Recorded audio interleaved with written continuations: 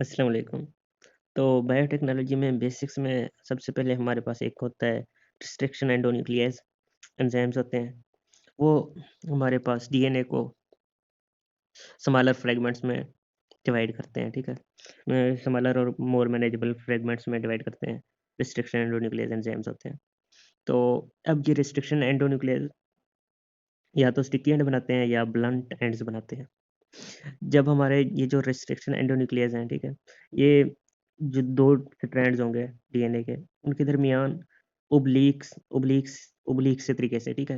ये मतलब जैसे दिखाया गया है इस डायग्राम में, ना इस तरह से जब ये सीक्वेंसेस को ब्रेक करेंगे इस तरह से, तो उसके नतीजे में हमारे पास जो स एंड्स बनेंगे, वो स्टिकी एंड्स या कोहेसिव एंड्स कहलाते हैं, ठीक है?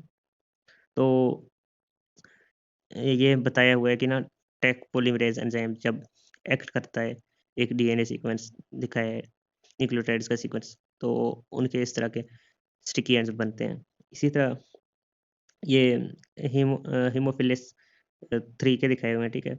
ये जब एक्ट करता है तो ये मतलब बिल्कुल पर वर्टिकल वर्टिकली इनको डिवाइड करता है।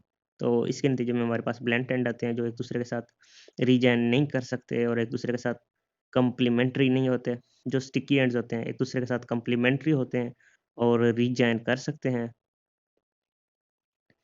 उसके बाद भाई हम थोड़ा-सा प्लाज़मिड को पढ़ लेते हैं। प्लाज़मिड असल में हमारे पास वेक्टर होते हैं। असल में हम हमारे पास जो इम्पोर्टेंट है वो ये है कि ना वेक्टर की थोड़ी बहुत डेफिनेशन, ठीक है? यहाँ पे लिखी हुई है। तो वेक्टर हमारे पास क्या होता है? वेक्टर हमारे पास एक कैरियर होता है। प्लाज़मिड उसकी वेक्टर्स की एक एग्ज़ाम्पल है। तो वेक्टर की हमारे पास क्या कैरेक्टरिस्टिक होनी चाहिए? पहले हम थोड़ा बहुत प्लाज़मिड पढ़ लेते हैं तो हमें समझ आ जाएगी कि वेक्टर तो प्लाज़मिड भी तो एक वेक्टर ही है। तो हमें समझ आ जाएगी कि वेक्टर की क्या-क्या कैरेक्टरिस्टिक होनी चाहिए। तो थोड़ा बहुत देख लेते हैं कि उसका किस तरह से तो ये हमारा प्लाज़मिड है, ये वेक्टर एक्ट करता है। इसका सबसे पहले हम देखते हैं कि ना हम प्लाज़मिड हमारा सर्कुलर सा होता है, फिर हम इसकी क्लीवेज कराते हैं, ठीक है? और फिर हमारे पास इस तरह से बन जाता है। और ये जो जिस जगह हम क्लीवेज कराते हैं प्लाज़मिड का जिस तरह जहाँ मतलब खाली होता है, जो गैप बनाते हैं, वहाँ पे हम अपने जीन ऑफ इंटरेस्ट डाल देते हैं, ठीक है? DNA of interest like insulin वगैरह जो भी है, ठीक है? तो हम डी जीन ऑफ इंटरेस्ट उसमें एंटर करने के बाद डीएनए लाइगेज़ की मदद से प्लाज़मिड और उनको जोड़ लेते हैं। अ, उसके बाद जो हाइब्रिड हमारे पास प्लाज़मिड होगा जिसमें हमारे पास जीन ऑफ इंटरेस्ट होगा, उसको हम होस्ट क्रोमोसोम में, बैक्टीरियल सेल में, जहाँ भी मतलब किसी भी होस्ट सेल में एंटर करा देते हैं, ठीक है? तो जो मतलब मोस्टली बैक्टीरिया में एंटर कराते हैं। तो जब बैक्टीरिया डिवाइड करेगा तो उसके साथ ये हमारा जीन ऑफ इंटरेस्ट भी डिवाइड करता जाएगा और इस तरह से हमारा जीन ऑफ इंटरेस्ट ज़्यादा से ज़्यादा होता जाएगा।